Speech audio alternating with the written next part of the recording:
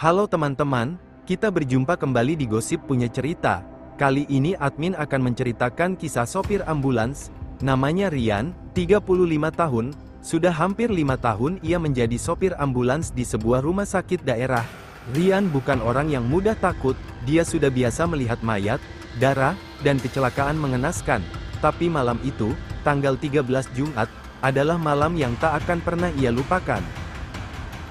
Sekitar pukul 23.45, ia ditugaskan mengantar jenazah seorang wanita tua dari rumah sakit ke kampung asalnya yang terletak sekitar 3 jam perjalanan ke arah selatan, melewati hutan dan jalanan sepi, karena semua petugas lain sudah pulang, ia harus berangkat sendirian. Tenang saja, tinggal antar, gak usah takut, udah biasa, gumam Rian, menyalakan mesin ambulans. Di bagian belakang, peti jenazah sudah diletakkan dan diikat, ia tak terlalu peduli. Baginya ini hanya pekerjaan. Setengah jam pertama berjalan lancar, jalan lengang, udara dingin, dan kabut mulai turun. Tapi saat memasuki jalanan sempit di dekat hutan, suara aneh mulai terdengar dari bagian belakang. Tok tok tok, Rian mematikan musik. Suara itu makin jelas. Tok, tok, tok, seperti ada yang mengetuk-ngetuk dari dalam peti. Dia menoleh ke kaca spion dalam. Tak terlihat apa-apa, hanya peti mati yang terbaring diam.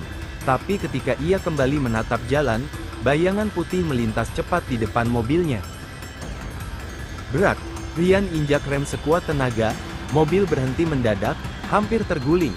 Nafasnya terengah, ia turun untuk memeriksa. Tak ada apa-apa, tidak ada binatang, tidak ada orang, hanya jalan kosong. Tapi saat ia kembali ke mobil, pintu belakang ambulans terbuka lebar, dan peti itu kosong. Rian membeku di tempat, tak ada tanda-tanda pembobolan, tak ada bekas seret, hanya tali pengikat jenazah yang terlepas sendiri. Ia menatap ke kiri, ke kanan, ke dalam semak, tidak ada tubuh, tidak ada jejak. Dengan gemetar, ia menutup pintu belakang dan masuk kembali ke dalam ambulans. Tapi ketika ia duduk di kursi sopir, ia mencium bau melati yang sangat kuat. Di kaca spion, ia melihat bayangan wanita tua duduk di kursi belakang, di luar peti, mengenakan kain kafan, rambutnya panjang terurai, wajahnya pucat menatap lurus ke arahnya. Teruskan perjalananmu, jangan berhenti. Rian terlonjak, menoleh ke belakang. Tidak ada siapa-siapa. Ia berusaha meyakinkan dirinya bahwa ia hanya lelah. Ia menyalakan mesin, memacu ambulans kembali di jalan sepi. Tapi suara-suara mulai berdatangan.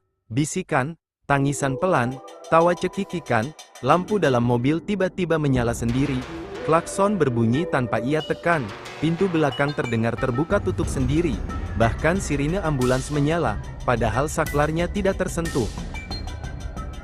Rian mulai membaca doa keras-keras sambil menyetir, matanya fokus ke jalan, tapi tiba-tiba, di depan ambulans, sosok wanita tua itu berdiri, tangan terentang, menatap tajam ke arahnya. Gerak, ambulans kembali menghantam sesuatu. Namun kali ini, mobil itu berhenti total. Rian pingsan di tempat. Kita cukup akhiri dulu di sini. Jika kalian suka dengan kisah ini jangan lupa like. Jika kalian menunggu episode berikutnya nanti admin lanjutkan kembali.